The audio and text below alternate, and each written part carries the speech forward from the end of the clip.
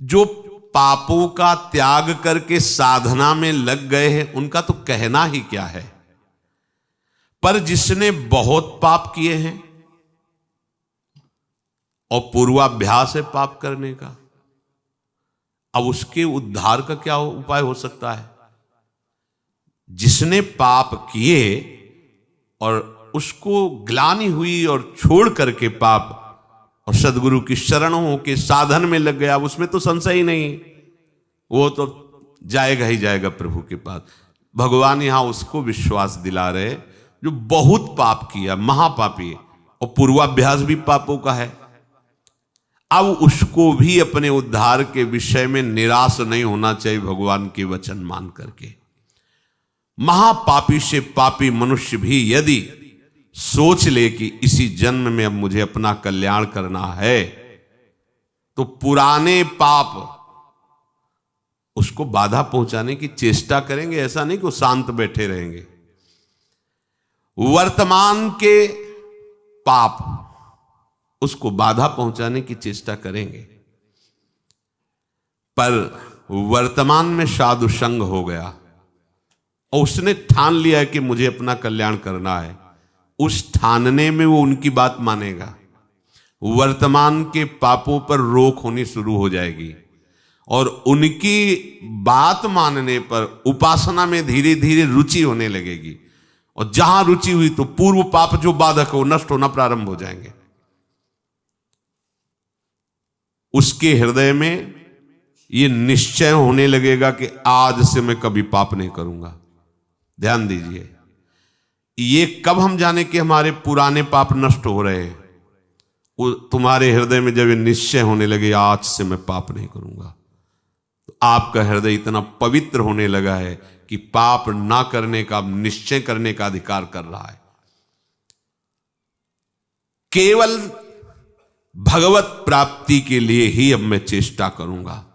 उसके पापों का नाश होते देर नहीं लगती। जहां ऐसा निश्चय किया, फिर समझ लीजिए पुराने पाप जो बहुत समय से कर रहे हैं वो भगवत मार्ग में नहीं आने देते, आने ही नहीं देते।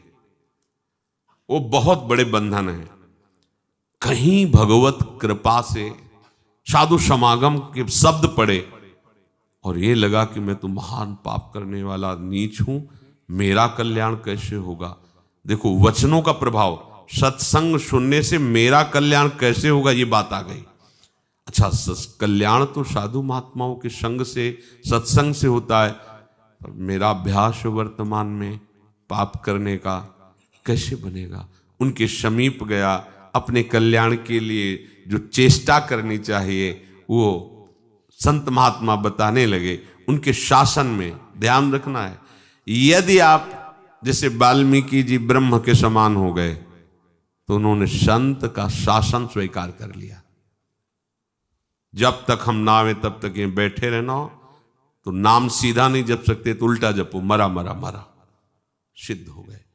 संत का शासन संपूर्ण दुर्वासना और पाप का नाश करने के लिए होता है।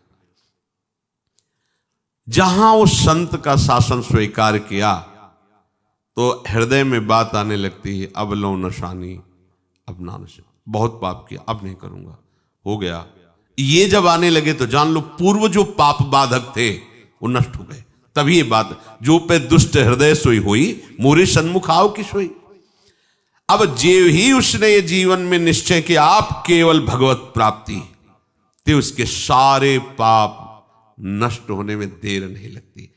अब उसे जैसे कोई पूर्व वाला देखे, कंठी बांध लिया, तिलक बांध लिया, ये हम जानते हैं शराब पीता था, व्यभिचार करता था, कत्ल करता था, ऐसा वैसा, तो उसके लिए भगवान आदेश करे साधु रे समंतव्या सम्यक व्यवसिता, ऐसा आप उसे साधु मानो क्योंकि मेरी शरण में हो गया है। मैं कहता हूं अपिचेत सुदुराचारो भजते माम मनन्य भाग साधुरेव समंतव्या सम्यक। कल था आज मेरा हो गया है। अब इसे आदेश करते भगवान साधुरेव समंतव्या, तुम इसे साधु ही मानो क्योंकि मैं करूंगा इसे साधु। करो सद्यते ही, उसी के आगे श्लोक क्षिप्रम भवति धर्मात्मा, बहुत जल्दी मैं उसे धर्मात्मा महात्मा बनाऊंगा। जब बनाने वाले कह रहे मैं बनाऊंगा तो आप फिर अपने को मानने में क्या है। ऐसे उसके पाप नष्ट हो जाते हैं जैसे 100 वर्ष से घना अंधेरा छाया हो और आप प्रकाश प्रकट करें तो 100 वर्ष में ही क्या हो, अंधेरा नष्ट होगा क्या ना, 1 मिनट में खत्म हो जाए वो प्रकाश, जो ही जला अंधेरा खत्म। ऐसे ही पाप नष्ट होता है। बोले बहुत पुराना पापी है और ऐसे ही खत्म हो गए। ऐसे खत्म होता है शरणागत का पाप जैसे 100 वर्ष से साल में अंधेरा है, एक बल्ब जला 1 सेकंड में प्रकाश हो, खत्म अंधेरा 100 वर्ष का। अब उसके लिए यह सिद्धांत नहीं कि 100 वर्ष आप प्रकाश करो तब अंधेरा खत्म, नहीं, ऐसे ही एक क्षण में पाप सारे के सारे भस्म शरण ने स्वीकार कर लिया। शरण ने, हम तो आम सर्व पापेभ्यो मोक्षयिष्यामि मा शुचा, मैं पवित्र करूंगा। कितने घंटे में? 1 सेकंड में, जा खत्म। जैसे प्रकाश हुआ 100 वर्ष का अंधकार नष्ट, ऐसे अनंत जन्मों के पाप सन्मुख होए जीव मोय जमहि, जन्म कोटि यघ नासों। विश्वास करो इस बात पर। चेत, प्रभु कह रहे प्रायः ऐसे पापरत मनुष्यों को ये चेतना नहीं होती कि मैं भगवत प्राप्ति करूं, संत समागम या नाम जप नाम कीर्तन, चेतना नहीं होती इनकी। ये चेतना लुप्त रहती है। ऐसा नहीं कि उनमें सामर्थ्य नहीं, पर वो लुप्त। पापवंत कर सहज स्वभाव भजन मूर्ति भावन का, उसके अंदर भाव ही नहीं आएगा भजन आदि का। तो चेत, ऐसे जो पापात्मा जन होते हैं, पहली बात उनके अंदर सत्संग में जाना या भजन आदि इसकी रुचि ही नहीं हो। अगर कहीं भगवत कृपा से या किसी, अब जैसे उनके अंदर ये रत्या है, उनकी पत्नी भगवत चरणारविंद की महाप्रभु की शरणागत है, आश्रित है, तो कैसा कृपा बन रहा है। को जरूर बोलती उस समय फिर मंजीरा लेकर राधा नाम का, ये तो बढ़िया है, राधा नाम कीर्तन कर। यद्यपि ऐसा नहीं करना चाहिए, ऐसे दुर्व्यसन नहीं कर, पर दुर्व्यसन नहीं छोड़ सकते और राधा नाम स्वीकार कर लिया तो इस बात हमें विश्वास है राधा नाम की महिमा पर निश्चित आपका मंगल होगा। निश्चित आप इसी जन्म में ऐसी घृणा करेंगे कि देख लेना, निश्चित ये नाम और ये भगवत प्रीति, ये भगवत प्रीति है। मैं नीच हूं, मैं पामर हूं, अधम हूं, पर प्रभु आपका नाम, आपका गुण कीर्तन, आपकी महिमा, छुट्टी 84 भ्रमंते निरखय जुगल किशोर, ये हम सत्य मानेंगे। इस असत वृत्ति की सत्ता नहीं है और इसकी राधा नाम की चतुरासी जी की इसकी सत्ता है। इस असत वृत्ति की सत्ता नहीं है। ना सतो विद्यते भाव, ना भाव विद्यते सता। ये सत वृत्ति तुम्हारा परम मंगल कर देगी। अब जो दिखाओगे वही देखेंगे, जो सुनाओगे वही सुनेंगे, जैसे रखोगे वैसे। अभी मुक्त, अभी इसी क्षण मुक्त। बिगड़ी जन्म अनेक की, अब ही सुधरे। आज समझ में आती है बात, अब ही सुधरे। हम कर्म करके चाहते हैं मोक्ष पद, कर्म से मोक्ष पद नहीं होता, कर्म त्याग से मोक्ष पद होता है। कर्म का कर्ता भाव त्याग, कर्म का फल त्याग, जो बचा वो आपका स्वरूप होगा। शरीर संबंध, शरीर की क्रियाओं से संबंध, शरीर के भोगों से संबंध, शरीर संबंधियों से संबंध का त्याग तो बचा वो परमात्मा स्वरूप। अभी मुक्त हो गए। अभी सारी साधना इसी बात की है। जब कोई भगवत आश्रित होता है और भगवत बोध होता है तो जन्म जन्म के संचित कर्म स्वतः नष्ट हो जाते हैं भगवत कृपा से। संचित कर्म मानो एक कमरे में बहुत वर्षों से अंधकार जमा है, एक टिमटिमाता हुआ भी दीपक लेके जाओ तो अंधकार खत्म, उतना प्रकाश हो जाएगा। समझो, देखो तो बहुत जन्मों के पापी कैसे पवित्र होंगे, बहुत समय लगेगा। अब बिगड़ी जन्म अनेक किया बही, ए खत्म अंधकार। मन वचन कर्म से अधीनता प्रभु की, सदगुरुदेव की बात बन गई। लेकिन ये अहंकार देवता ऐसे थोड़ी अधीन होते हैं। जब तक ठोकर पर ठोकर नहीं खाते, या तो स्वयं प्रभु पधारे और मर्दन करें इस अहंकार का। जैसे कालिया नाग था ना, जो फण उठाता अपने श्री चरणों की, ऐसे प्रहार करते श्री चरणों की, चोट पहुंचाते, खून उगलता हुआ शरणागत हो गया। त्राहि माम, रक्षा करो। हाँ ठीक है। ऐसे इस अहंकार रूपी जो सर्प के फण हैं, इनको हरि गुरु कुचल दें तो बात समझ। और कुचलना ऐसे, जहां प्रभु फुंकार मारता वो तो प्रभु ही कर सकते नहीं, उसके फुंकार में सब भस्म हो जाते। काली देह में जब प्रभु कूदे तो ऐसे थोड़ी हो कि त्राहिमाम शरणागत आओ श्री कृष्ण, ऐसे नहीं, लपेट करके पहले उसने अपना पूरा प्रयास किया। तो अहंकार लपेट करके पहले पूरा प्रयास करेगा किसका? जो अहंकार नष्ट करने के लिए सोचेगा, चाहे हरि हो चाहे गुरु हो, अहंकार पूरा विरोध करेगा पहले। यहां आए काहे के लिए? वृंदावन काहे के लिए आए हो? जीवन को आबाद करने के लिए। यही जीवन आबाद, हमारे माई श्यामाजू को राज। जीवन तो बर्बाद इधर होता है, एक एक श्वास विषयों में व्यर्थ जा रही, उसे बर्बाद कहते हैं। ये तो सत्संग है, राधा नाम कीर्तन है, यश है प्रिया प्रीतम का, और कुछ नहीं है तो व्यास भरोसे कुंवर के सोवत पांव पसार। लाडली जी के भरोसे सो रहे हैं, उनका उच्छिष्ट पाके उनके लिए जीवन व्यतीत कर रहे हैं, हो गया। जो अनुकूलता प्रतिकूलता परिस्थिति, शरीर के सुख दुख, शरीर के संबंधियों का व्यवहार अपने चित्त पर रखता, वो कैसे परमार्थ का पथिक बनेगा? ध्यान दीजिए, अनुकूलता प्रतिकूलता का प्रभाव, शरीर के संबंधियों का प्रभाव, वो असंतुष्ट हैं थोड़ा, इसलिए किस किस को हम संतुष्ट करेंगे? भगवत मार्ग में चले हैं, आप अगर सपोर्ट कर सकते तो हमारे हो, नहीं हम जानते भी नहीं कि तुम हमारे कौन हो। जाके प्रिय राम वैदे ही तजिए ताहि कोटि बैरी सम जद्य परम स्नेही, परम स्नेही। सबका मंगल हुआ। तजो पिता प्रहलाद विभीषण बंधु भरत महतारी, गुरुबल तजो कंत ब्रज बनितन भे मुद मंगलकारी। ऐसा नहीं कि आप परमार्थ के पथिक होकर किसी की प्रसन्नता के लिए आप परमार्थ को छोड़े, प्रियालाल की आसक्ति को जो आप स्वीकार करने के लिए बढ़े, उनके नहीं, आप किसी का नहीं। अगर आप हमारे स्नेह संबंधी हो तो मेरे प्राण प्रीतम से मिलने का सहयोग कीजिए, अगर नहीं तो तजिए ताहि कोटि बैरिशम जद्य परम स्नेह। इस मार्ग के पथिक में गुंजाइश नहीं होती, किसी के आंसुओं पर, किसी की धमकी पर ये मार्ग नहीं रुकता। ये मार्ग केवल हृदय की उत्साह संपन्न वृत्ति से भगवत मार्ग को स्वीकार किया जाता है। अब जो होगा देखा जाएगा। तो ये मार्ग अपने जो आराध्य देव का बल प्राप्त हुआ उसके बल से चला जाए। आप लोगों को तो उपदेश मिल रहा है, सुविधा मिल रही, सपोर्ट मिल रहा है, कोई सपोर्ट नहीं। 13 वर्ष की अवस्था, कोई बस वही एक भगवान का बल, उन्हीं का निश्चय, हर जगह सावधान। नई अवस्था थी, कहीं कहीं कोई फंसाव नहीं, सीधे निकल। फिर गंगा की धारा जैसे प्रवाहित होती है, ऐसे जीवन की धारा उन्हीं के चरणों में। अब वृंदावन आ गए।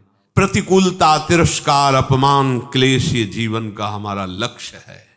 यही हमारे लक्ष्य की पूर्ति कराएगा। कल इन लोगों से बता रहे थे, देखो अभी सर्दी नहीं आई, श्री जी ने आप सबकी व्यवस्थाएं कर दी। हम अपनी आपको बताते हैं, कभी कभी जब ज्यादा सर्दी होती तो पास के आश्रमों में जाते तो देखते थे सब अपने अपने कंबल लिए ओढ़े, कोई पूछता भी नहीं था कि पता नहीं कंबल उड़ा दे रात में लेके भाग जाए तो। ऐसी कांपते हुए शरीर ठंडी करती। फिर निश्चय किया ओढ़ना ही नहीं, हमें आश्रय ही नहीं लेना इसका। और भगवत कृपा से कभी जुखाम या बुखार भी नहीं आया। भीषण सर्दी ऐसे सहते हुए आपके अंदर सब सामर्थ्य है। रहीमन बहु भेषज करत ब्याध न छाणत साथ, खग मृग बसत अरोग बन हरि अनाथ के। दवाइयां खा के व्यवस्था करके भी कभी जुखाम नहीं, 10वें वर्ष कभी जुखाम नहीं हुआ। भीषण सर्दी गर्मी बरसात हर ऋतु को वो शरीर सामर्थ्यशाली हो, भगवान वैसी कृपा करते हैं। ये परमार्थ के पथिक की ये बातें हमारी समझ में नहीं आती। अन्य आश्रय व्यवस्था का गुलाम, ये समझ में नहीं आता। तुम भगवत प्राप्ति के लिए निकले हो, संबंध जीव कितने बनाए हुए हो। न शरीर से संबंध विच्छेद, न भोगों से संबंध विच्छेद, न परिवार से संबंध विच्छेद। चना एक बार भुन जाए फिर निश्चिंत हो गए। उसे खेत में बो दो, खूब खाद लगाओ, अंकुरण नहीं होगा। एक बार तो भुनने दो इसे, एक बार तो आग में जलने दो इसे, एक बार तो वासनाएं भस्म होने दो। शुरुआत में ही तुम वही सिद्धावस्था धारण कर लोगे तो कैसे बात बनेगी। अनुकूल प्रतिकूल परिस्थिति साधक को सुखी दुखी नहीं करती। जो भगवत मार्ग का पथिक होता है, एकमात्र उसका लक्ष्य होता है भगवत प्राप्ति। तो ऐसे उपासक के संचित प्रारब्ध क्रिमाण ये सब भस्म हो जाते हैं, कर्मों से उसका कोई संबंध नहीं रह जाता, वो जीते जी जीवन मुक्त हो जाता है।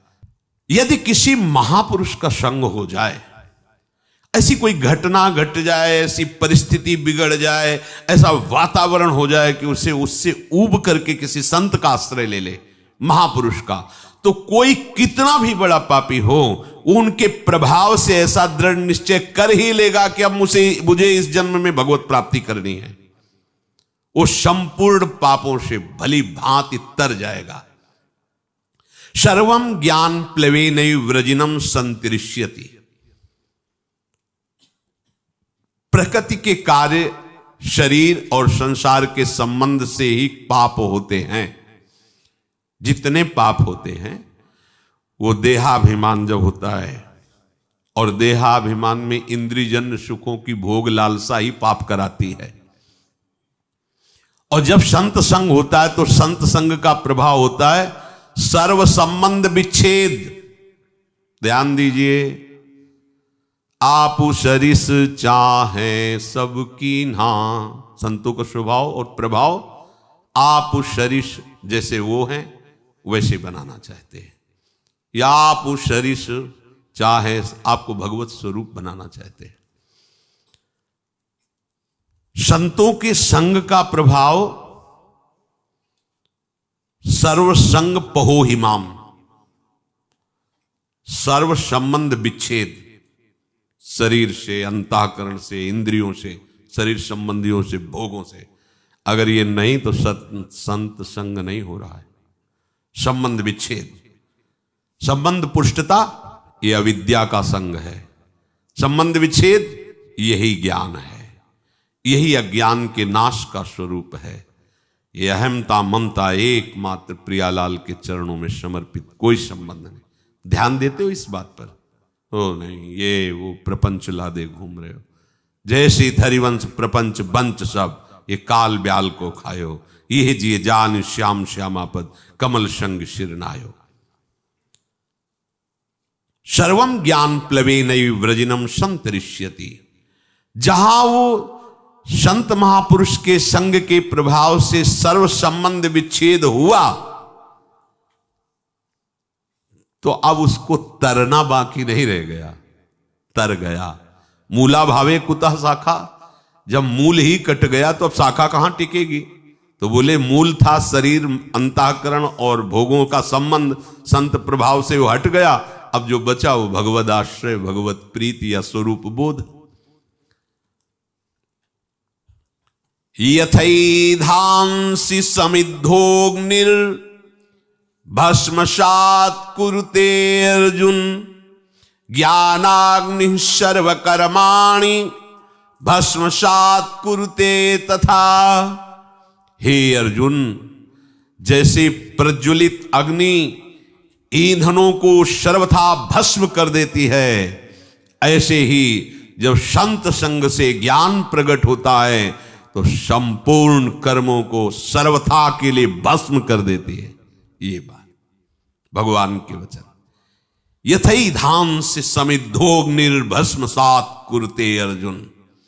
पीछे के श्लोक में भगवान ने बताया कि जब कोई संत महापुरुषों का आश्रय लेकर के उनके द्वारा बताए हुए मार्ग पर चलता है तो कितना भी बड़ा पापी हो, मार्ग में चलने का तात्पर्य नौका पे बैठना, वो ज्ञान रूपी नौका से पाप रूपी संसार रूपी समुद्र से तर जाता है। तो बोले समुद्र से पार हो गया पर समुद्र तो रह गया, समुद्र की सत्ता तो है। तो आगे के श्लोक में भगवान कहते हैं भस्मसात् कुरुते अर्जुन, कुछ नहीं बचता। उदाहरण में कह रहे कि जैसे प्रज्वलित अग्नि के साथ संयोग करा दीजिए, कुछ भी वो सबको अपना स्वरूप प्रदान कर देगी। लोहा डाल दीजिए, सोना डाल दीजिए, बिष्ठा डाल दीजिए, चंदन डाल दीजिए, जो भी डालोगे वो अग्नि अपने ताप से उसे अपना में स्वरूप दे देगी। लोहा भी अग्निमय हो जाएगा, सब कुछ वो भस्म कर देगी, कुछ शेष नहीं रहेगा, किंचन मात्र शेष नहीं रहेगा। ज्ञानाग्नि सर्व कर्माणि भस्मसात् कुरुते तथा। जैसे अग्नि सब कुछ भस्म कर देती है, ऐसे ही संत संग के प्रभाव से प्रकट हुए ज्ञान रूपी अग्नि से संचित प्रारब्ध क्रियमाण सब भस्म हो जाते हैं। संचित प्रारब्ध क्रियमाण तीनों कर्म भस्म हो जाते हैं। अग्नि में जैसे काष्ठ का अत्यंत अभाव हो जाता है, ऐसे ही संत संग से प्राप्त हुए ज्ञान से पूर्ण समस्त बंधनों का अभाव हो जाता है। सब बंधन भस्म हो गए, कोई बंधन नहीं, न कर्म बंधन, न शरीर बंधन, न भोग आसक्ति, न देह के संबंधियों का बंधन। तात्पर्य है संसार शरीर से संबंध विच्छेद हो जाने पर ही विशुद्ध बोध होता है, और वही जब कहो तो उसे माना जाता है कि हमारे साथ कटु व्यवहार हो रहा है। ये कटु व्यवहार तुम्हारे माने हुए राग पर हो रहा है। जब तक इस राग का तुम वैराग्य में परिवर्तन नहीं करोगे विवेक के द्वारा, तब तक परमार्थ का अनुभव नहीं हो सकता।